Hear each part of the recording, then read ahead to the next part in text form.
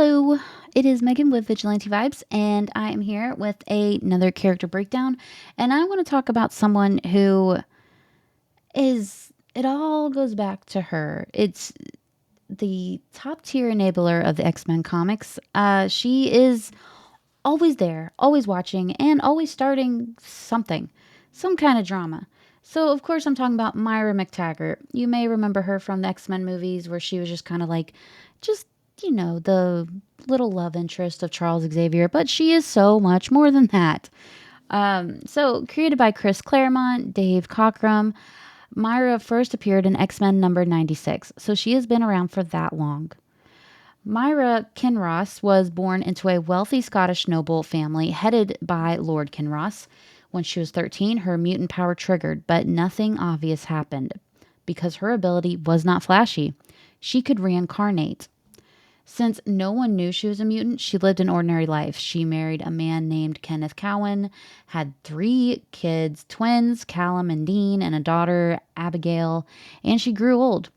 Kenneth died when Myra was 68, and she followed at 74 from congestive heart failure, ending her first life. Her second life kicked off literally before she was even born, fully conscious in the womb, remembering everything from her first life perfectly.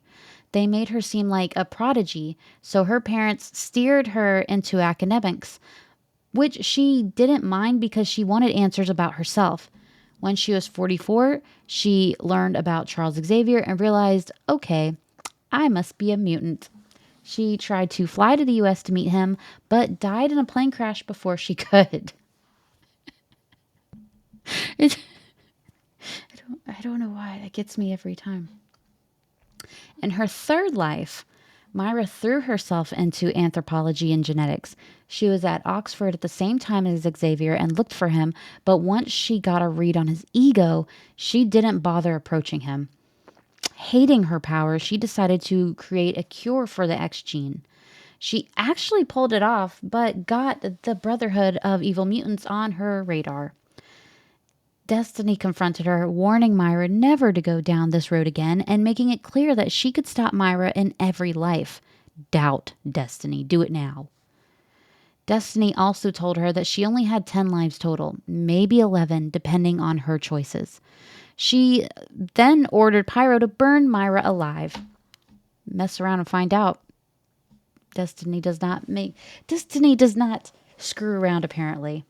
But Destiny has always had, like, I don't know. She's always had this weird ego about her I didn't like, but it works well with Mystique. If you don't know, Destiny is Mystique's wife. So, in her fourth life, Myra went all in on trying to understand the human mutation situation. This time, she was more open to mutants' potential, gave Xavier another chance at Oxford, and they fell in love. They married and founded Xavier School for Gifted Youngsters together. They stuck together for years until Sentinels eventually killed them both. In her fifth life, Myra decided humans only responded to strength. She ran away young, found Xavier about a decade early, told him everything, and basically radicalized him. Instead of building a school, he built a mutant army and created a separatist nation called Faraway. Sentinels eventually attacked. Myra was critically hurt and fell into a coma, and she died a year later when Faraway was wiped out. Her sixth life played out 1,000 years in the future. Mutants had lost them to the machines and were nearly extinct. Only Myra, Wolverine, and a few others remained, kept in a preserve ran by the librarian. He revealed that mutants misunderstood the true enemy. Humanity had become post-humans, fully controlling biology and technology, making mutants obsolete. These post-humans planned to upload themselves into the machines and be absorbed by the phalanx the next day. Myra realized the real threat wasn't mutants or machines, it was humanity's self-directed evolution. Wolverine killed the librarian, as Wolverine tends to do, and Myra let Wolverine kill her too, so she could reincarnate with this knowledge. This led to her seventh life to revolve around stopping Sentinels at the source. She hunted down and killed the entire Trask bloodline, assuming that without them, Sentinels would never exist. But someone else still built them. Myra was eventually killed after discovering a master mold factory. This failure pushed her to even more extreme thinking. In her eighth life, she teamed up with Magneto and helped him conquer America and form the House of M. But during the War of M, Magneto was defeated by the combined forces of human and mutant heroes, and Myra was imprisoned and eventually killed trying to escape. Her ninth life was her most desperate. With only a few shots left, she woke Apocalypse and let him kill Xavier and Magneto. She and Apocalypse built their own version of the X-Men and fought in an endless conflict called the Apocalypse War. This war led to the rise of the man-machine supremacy and Nimrod, the nearly indestructible next-gen Sentinel. Myra and Apocalypse tried to destroy Nimrod, but were ambushed. Myra was gravely wounded. Apocalypse put her in stasis. 16 years later, the new X team, Apocalypse, War, Rasputin, Cardinal, Famine, Zorn, and North, fought to learn the exact origin point of Nimrod. With everyone else dead, War delivered the crucial intel to Myra and then killed her, letting her restart the timeline with everything she had learned. After all this, Myra decided she needed a new strategy for her 10th life. She found Xavier again at Oxford, let him read her mind, and he saw all 9 previous lives. She wanted to unite mutants by bringing together the 3 major mutant leaders she'd worked with in all her lives: Xavier, Magneto, and Apocalypse, and shape them into the people she needed. She was dating Joseph MacTaggert at the time, but broke up with him so she could be with Charles. They stayed together for years and eventually got engaged, but Joseph manipulated Charles into believing he needed military service to be worthy of Myra. She promised to wait, but after Charles left, Joseph slid right back into her life. Myra sent Charles a breakup letter, gave no real explanation, and returned to Scotland. She married Joseph soon after that. Joseph turned out to be an abusive monster. Myra eventually fled to New York, but Joseph tracked her down, beat her, and SA'd her, if you pick up what I'm putting down, leaving her hospitalized and pregnant. From then on, she lived apart from him and kept the existence of their son secret for 20 years. Later, Myra's journals revealed she had re-entered a relationship with Joseph on purpose. She and Xavier had planned for both of them to conceive reality-warping children, Proteus and Legion, who could one day help mutants conquer death. She broke things off with Charles completely because she was afraid that she was breaking him emotionally and ruining her own long-term plans. Meanwhile, Myra became one of the world's leading geneticists and even won a Nobel Prize. She founded the Mutant Research Center on Muir Island. She and Xavier reconnected while he was studying psychiatry in England, and she became his silent partner in forming the X-Men. When her son Kevin's powers became dangerously destructive, she tried to cure him but failed, leaving her no choice but to imprison him. She also took in Ron Sinclair as her ward, raising her as though she were her own biological daughter. During the early Xavier school years, Myra ran a second, quieter training facility. She gathered troubled young mutants, took them in, and trained them gently, very different from the X-Men's militant style. When Krakoa captured the original X-Men, Charles actually went to Myra's kids first, not the second X-Men team everyone thought. He mentally compressed their training into what felt like months and then sent them to rescue his team. They all died. Xavier erased them from everyone's memory, including Myra's, leaving only project tapes and a ruined facility as evidence. And people say Charles Xavier is not a bad guy. He's a villain. I don't care what anyone says. Later, when Magneto was de-aged into a baby, Xavier left him with Myra. She altered his genetics, hoping to stabilize his powers and sanity.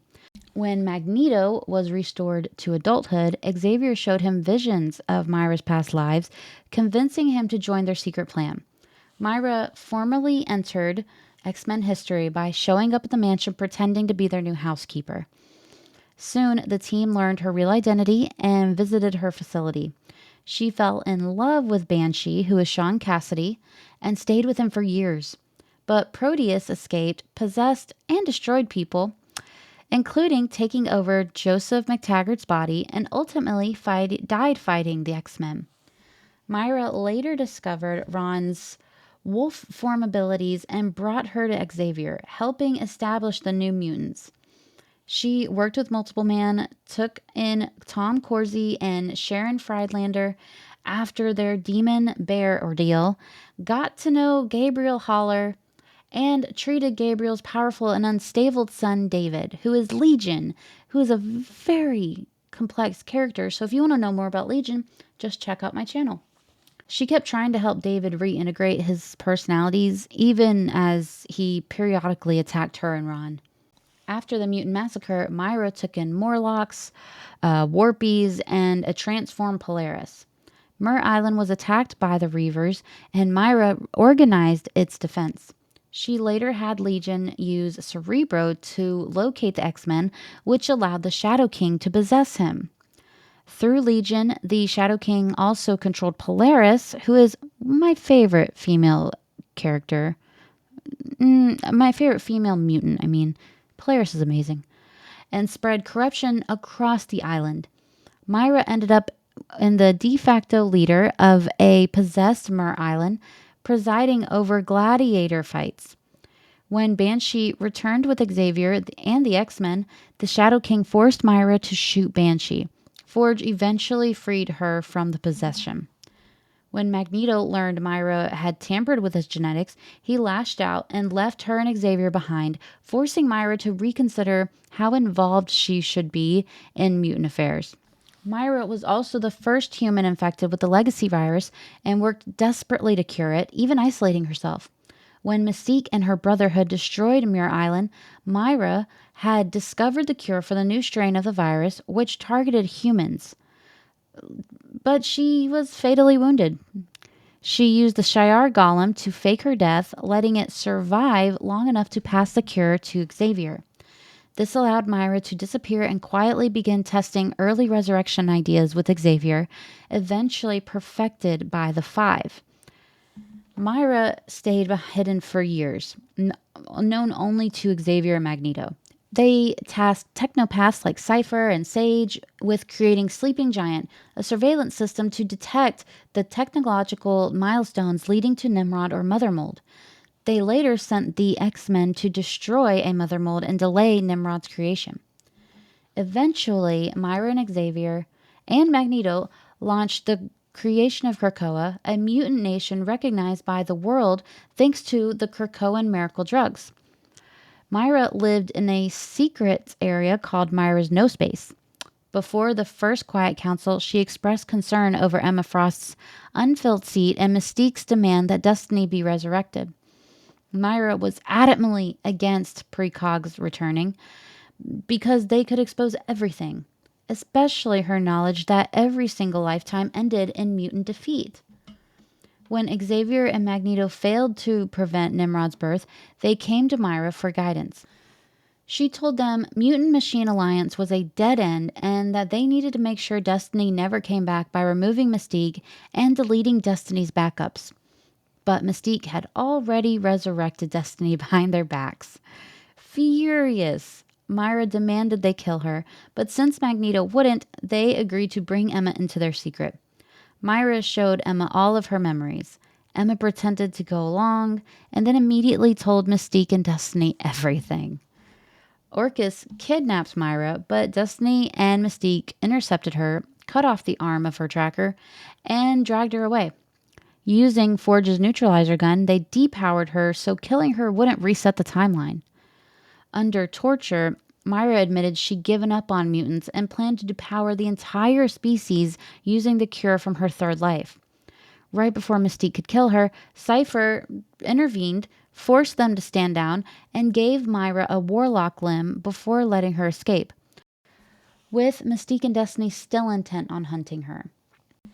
Moira fled through a Krakoan gate to Scotland, her homeland, destroyed the gate behind her, and eventually reached New York.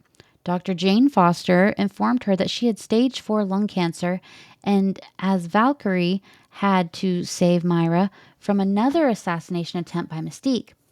Moira later cut and dyed her hair, went back on the run, and discovered the cancer was caused by a Krakoan floronic agent, meaning Krakoa itself was killing her. Furious, she severed her warlock arm and murdered Mystique with a bomb. She also learned that a phalanx-infected Wolverine, Omega Wolverine, was hunting her, which is not good. Moira sought out Arnab Chakladar, founder of Epiphany, and told him everything about resurrection, mutants, and her reincarnation powers. He believed her and helped her create a synthetic backup body containing a mnemonic copy of herself. Moira then left to assault Krakoa. She trapped and killed Banshee, used his skin to disguise herself, and infiltrated Krakoa. She tried to use the neutralizer gun to restore her powers, but Xavier noticed her mind the moment she entered the gate. He warned her that, as a human, Cerebro wouldn't back her up anymore. If she died now, all of her lives and memories were gone forever. While she hesitated, Forge ambushed her, though she still managed to depower him. By this point, Moira fully leaned into hatred and revenge, wanting to wipe mutants out entirely. She tried escaping with Destiny as a hostage, but Omega Wolverine struck at the last moment, fatally stabbing her. Moira shot him with the neutralizer, letting the techno-organic virus consume him. As the X-Men scrambled to handle Omega Wolverine's rampage, Moira died, cursing Xavier and swearing she'd get revenge. But her backup plan triggered. Her synthetic body activated, crawled out of her grave on this is her 11th life. Now a machine-coded consciousness, Moira was essentially a precursor to the human mutant supremacy she'd seen in her futures. Feeling betrayed and desperate to survive, she fully committed to eliminating mutants. Orcus brought her in, and she joined Fei Long, Dr. Stasis, Omega Sentinel, and Nimrod. As a machine, she learned about their plan to turn Mars into a world mind and attract a Dominion. Then she caught the attention of Enigma, a Dominion created by Nathaniel Essex. The Beyonders had restricted Enigma to the 616 timeline, but absorbing Moira would give him access to her previous lives. Enigma explained that Dominion existence erases individuality, but he offered Moira a special exception. She could remain an independent subroutine. Moira agreed. As Orcus fell to the X-Men's counterattack, Moira hid and waited for Enigma to absorb her. She wasn't supposed to speak to Xavier, but she sought him out anyway. Charles revealed he had traveled back in time to kill a 13-year-old Moira to prevent all of this, but changed his mind and instead implanted a telepathic failsafe in her. As Moira and Xavier talked, Enigma fought the Phoenix, which was chasing him through time. Xavier begged Moira to trigger the failsafe so the Phoenix could follow the signal to her and destroy Enigma. Though she desperately wanted to escape her cycles of lives and deaths, she agreed. Before they could say a real goodbye, the Phoenix burned her away and destroyed Enigma through her. In the timeline the Phoenix created afterward, Moira was reborn again. At 13, she waited anxiously for her mutant power to manifest, but it never did. She was finally free, able to live a normal life. Originally, Moira seemed warm and caring, worried for her son, devoted to mutants, raising Ron like her own. But that was more complicated than it looked. In truth, she began life kind, but the countless failures across her many lifetimes hardened her. By her third life, she was disgusted by mutants and tried creating a cure out of fear and selfishness. After Destiny's warning, she tried peaceful paths with Xavier in her fourth, fifth, and sixth lives. But repeated defeat pushed her toward harsher methods. She murdered the Trask family in her seventh life, embraced Magneto's violence in her eighth, and Apocalypse's in her ninth. Her 10th life, she pretended to be a sympathetic, while secretly wanting to depower all mutants. In her 11th life, as a cyborg stripped of empathy, she fully turned on mutant kind, even mocking and rejecting Proteus as nothing but an experiment, not her son. So that is Moira MacTaggert. She is such a weird character. She's hard to keep up with unless you actually know what life she's in when you're reading. So that's something to keep in mind. But like always, I have some comics for you to check out. So I would say the Proteus saga is pretty good. Uncanny X-Men numbers 125 to 128. Those, it's pretty pivotal in her life. I think you should check it out. Powers of X numbers 1 and number 6. Inferno number 1 through 4. X Deaths of Wolverine, that's from 2022. I mean, she's all over X-Men comics. Like there's no shortage of her. It's complicated to keep up with. But yeah, I know there was a lot of people who were a little curious about like why are people mad about how they did Moira MacTaggert in the movies, or they see her as just a love interest, and it's like she's so much more than that. But in all honesty, she is it feels like she's a lot of characters put into one, which it's fine. But she's almost every character breakdown I do of the mutants of Marvel Universe, she is in them. So I feel like it's the best thing to do is to know about her. And if you made it to the end of this video, now you do know about her. So I'm glad. So with that being said, be sure to like and subscribe so you don't miss any more of my character breakdowns. Sorry this one was so long. Editing it is going to suck. But with that being said, have a marvelous day.